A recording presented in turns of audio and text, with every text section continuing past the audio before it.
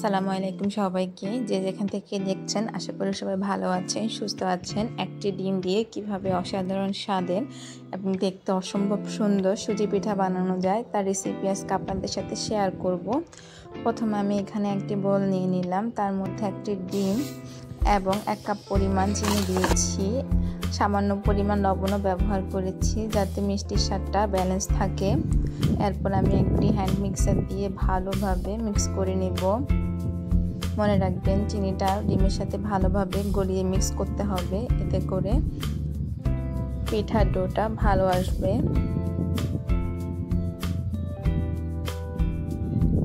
আমি একটু সময় নিয়ে ভালোভাবে হ্যান্ড মিক্সার দিয়ে চিনিটাকে গলিয়ে নিয়েছি। এরপর আমি এখানে অ্যাড করব 1 কাপ পরিমাণ আটা। আমি এখানে আটাটা ধীরে ধীরে অ্যাড করব, একসাথে অ্যাড করলে ডোটা ভালো আসবে না, দলা পাকিয়ে যাবে। আমি একটু একটু করে অ্যাড করে ভালোভাবে মিশিয়ে নিব।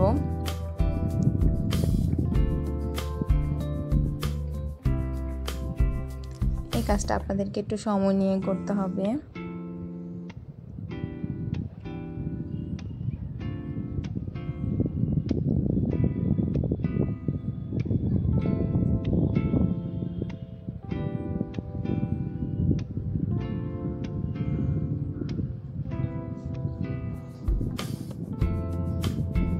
এরপর আমি এখানে 1 কাপ পরিমাণ সুজি অ্যাড করব। সুজিটাকেও আমি সেম প্রসেসে অল্প অল্প করে অ্যাড করেছি, একবার অ্যাড করিনি।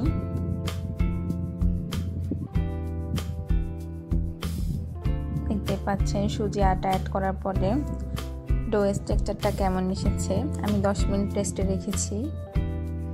তারপরে অল্প পরিমাণ হাতে একটু তেল ব্রাশ করে নিয়েছি। এরপর এরকম গোল করে নিব।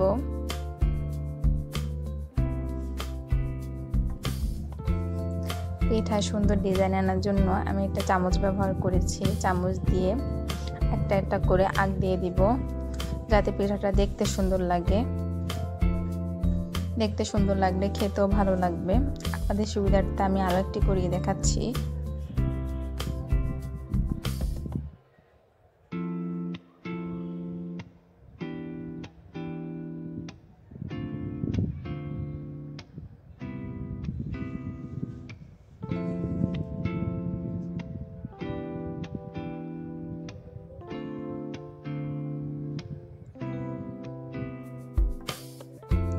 চুলাতে একটি কড়াই বসিয়ে তার মধ্যে তেল দিয়ে দিলাম।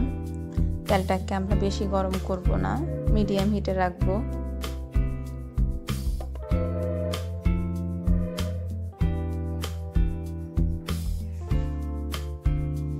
এরপরে আমি এখানে এক এক করে সকল পিঠাগুলোকে অ্যাড করে দিয়েছি। দেখতে পাচ্ছেন আমার তেলটা কিন্তু অত গরম হয়নি।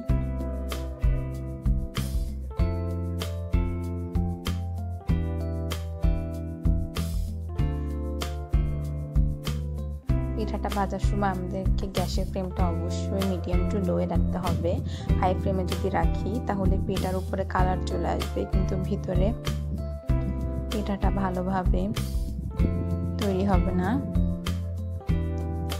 তাই অবশ্যই আমাদেরকে চুলার আঁচটাকে মিডিয়াম টু লোতে রাখতে হবে। এক খোলার পর আমি আরেক খোলা দিয়ে দিলাম ভাজার জন্য।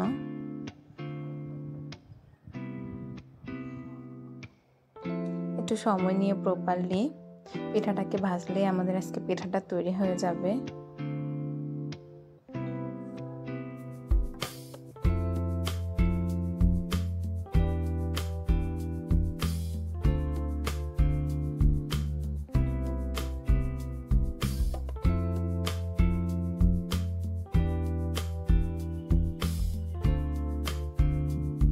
দেখতে পাচ্ছেন মাশাআল্লাহ কি সুন্দর হয়েছে। এরকম পিঠার লুক দেখলে সারাদিনের কষ্টটাই আমাদের মনে হয় যেন সার্থক হয়েছে।